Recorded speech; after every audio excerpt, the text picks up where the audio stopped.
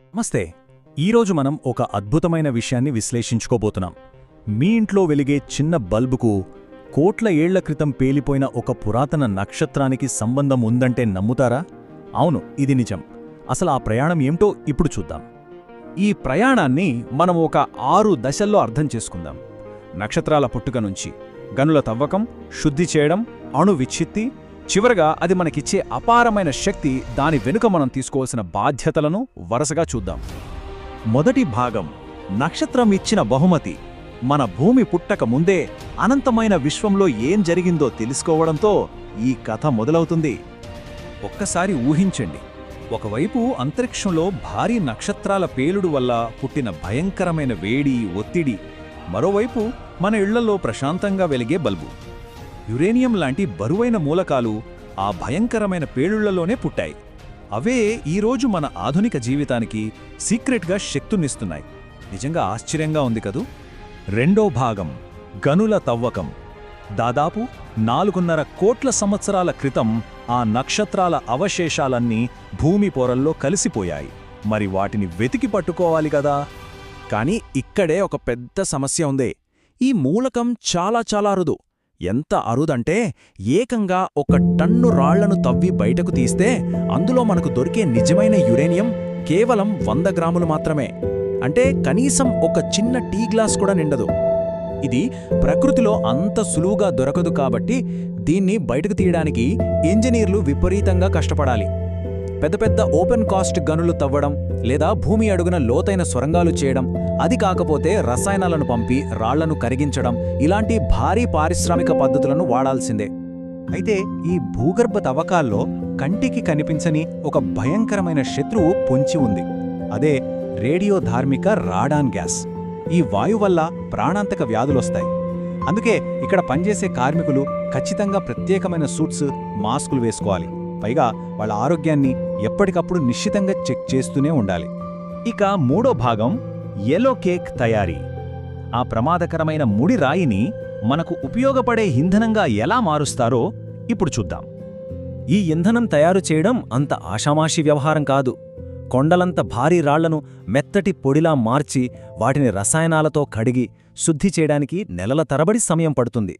ఇదంతా పూర్తయ్యాక చివరకొక పసుపు రంగు ముద్ద బయటకొస్తుంది. దాన్నే ముద్దుగా యెల్లో కేక్ అని పిలుస్తారు. కానీ అసలు ట్విస్ట్ ఇక్కడే ఉంది. మనకు దొరికే సహజ యురేనియంలో 99.3% విద్యుత్ ఉత్పత్తికి అస్సలు పనికిరాదు. అవును, మీరు విన్నది నిజమే. అందులో ఉండే యురేనియం 238 దేనికి ఉపయోగపడదు. కేవలం 0% ఉండే యురేనియం 235 మాత్రమే అణుశక్తిని పుట్టించగలదు.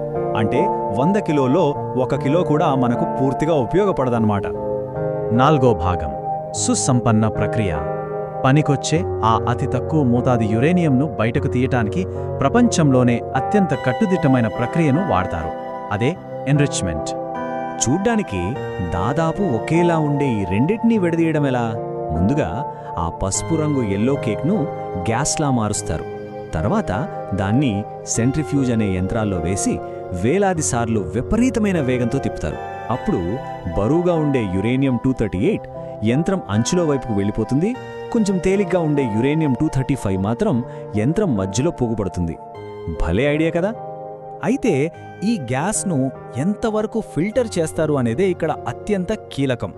కరెంట్ ఉత్పత్తికైతే ఈ యురేనియం 235% ఒక 3 నుంచి 5% వరకు పెంచితే చాలు.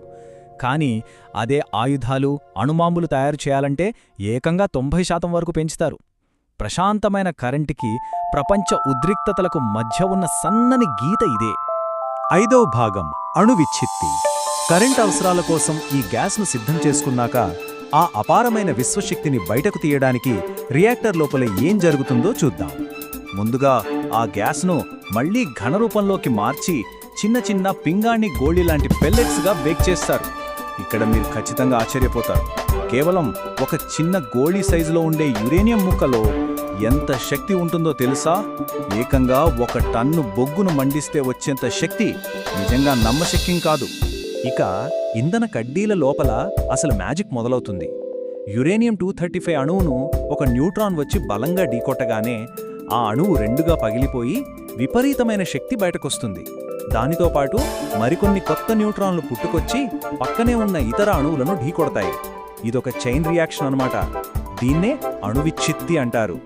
ఇదొక పెద్ద విపత్తుగా మారకుండా ఉండడానికి రియాక్టర్ లోపల ఉండే కంట్రోల్ రాడ్స్ ఆ ఎక్స్ట్రా న్యూట్రాన్లను పీల్చేసుకుంటాయి. చాలా జాగ్రత్తగా కట్టుదిట్టమైన వాతావరణంలో జరిగే ఈ రియాక్షన్ వల్ల పుట్టే భయంకరమైన వేడితో నీటిని బాగా మరిగిస్తారు. అప్పుడు వచ్చే అధిక పీడన ఆవిరి శక్తితో భారీ టర్బైన్ చక్రాలను తిప్పుతారు. అలా పుట్టిన కరెంట్ చివరికి తీగల ద్వారా మన ఇళ్లకు చేరుకుంటుంది. 6వ భాగం శక్తి మరియు బాధ్యత. పురాతన నక్షత్రాల శక్తిని ఇలా భూమి మీదకి తీసుకురావడం బాగానే ఉంది, కాని దీని వెనుక ఒక కఠోరమైన వాస్తవం కూడా ఉంది. అదేమిటంటే, ఒకసారి ఈ ఇంధనాన్ని వాడేసిన తరువాత అది చాలా కాలం పాటు పర్యావరణానికి ముప్పు తెచ్చే రేడియోధార్మిక వ్యర్థంగా మారిపోతుంది.